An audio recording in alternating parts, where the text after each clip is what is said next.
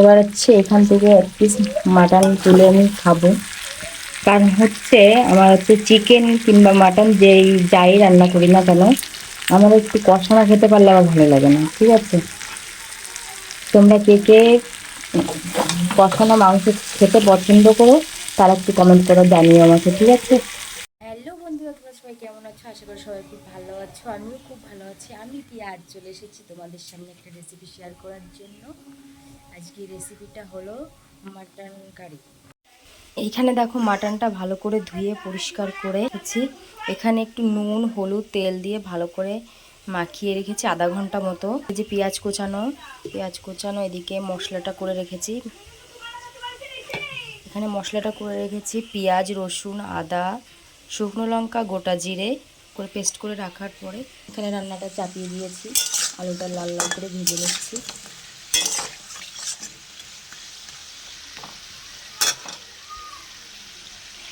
আলুটা ভালো করে ভাজা হয়ে গেল, এবার নামিয়ে নেব। আলুটা ভেজিয়ে নামিয়ে নেওয়ার পরে এর মধ্যে এখন ফোড়ন দিয়ে দেবো। দুটো তেজপাতা, দুটো শুকনো লঙ্কা, গোটা জিরে। এখন ফোড়নটা যতক্ষণ না ভাজা হচ্ছে তত সময় রাখতে হবে। ফোড়নটা ভাজা হয়ে গেছে, কত সুন্দর গন্ধ বেরিয়েছে। এখন এর মধ্যে দিয়ে দেবো পেঁয়াজ কুচনোটা।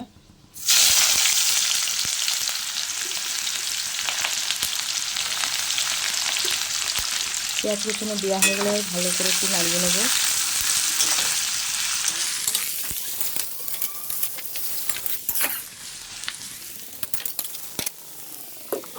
সামান্য একটু নুন দিয়ে দেবো যাতে পেঁয়াজটা তাড়াতাড়ি নরম হয়ে যায়। পেঁয়াজটা যত সময় লাল লাল করে ভাজা না হচ্ছে তত সময় ভাজতে হবে। সুন্দর পেঁয়াজটা নরম হয়ে গেছে, একটু ভাজাও হয়ে গেছে। এখন এই মশলাটা দিয়ে দেবো।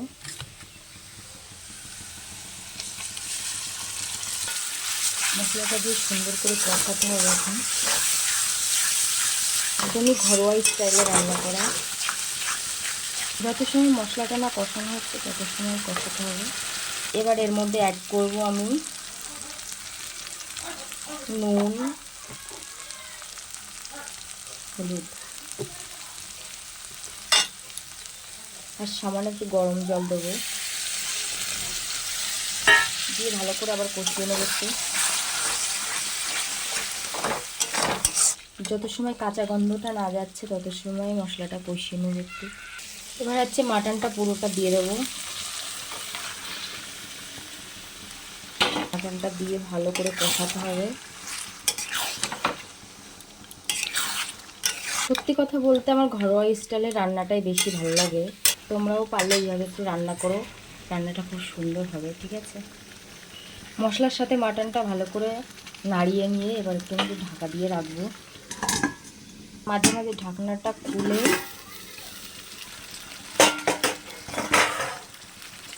নাড়িয়ে দিতে হবে যাতে লেগে না যায় মশলাটা। ঢাকা দিয়ে রাখবো।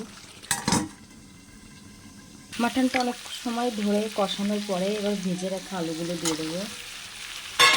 আমি একটু আলুটা বেশি দিয়েছি, কেন আমার বাচ্চা কাচ্চা আছে, এবার হচ্ছে আলুটা বেশি ভালো খায়, সেই কারণে আলু দিয়েছি বেশি করে একটু।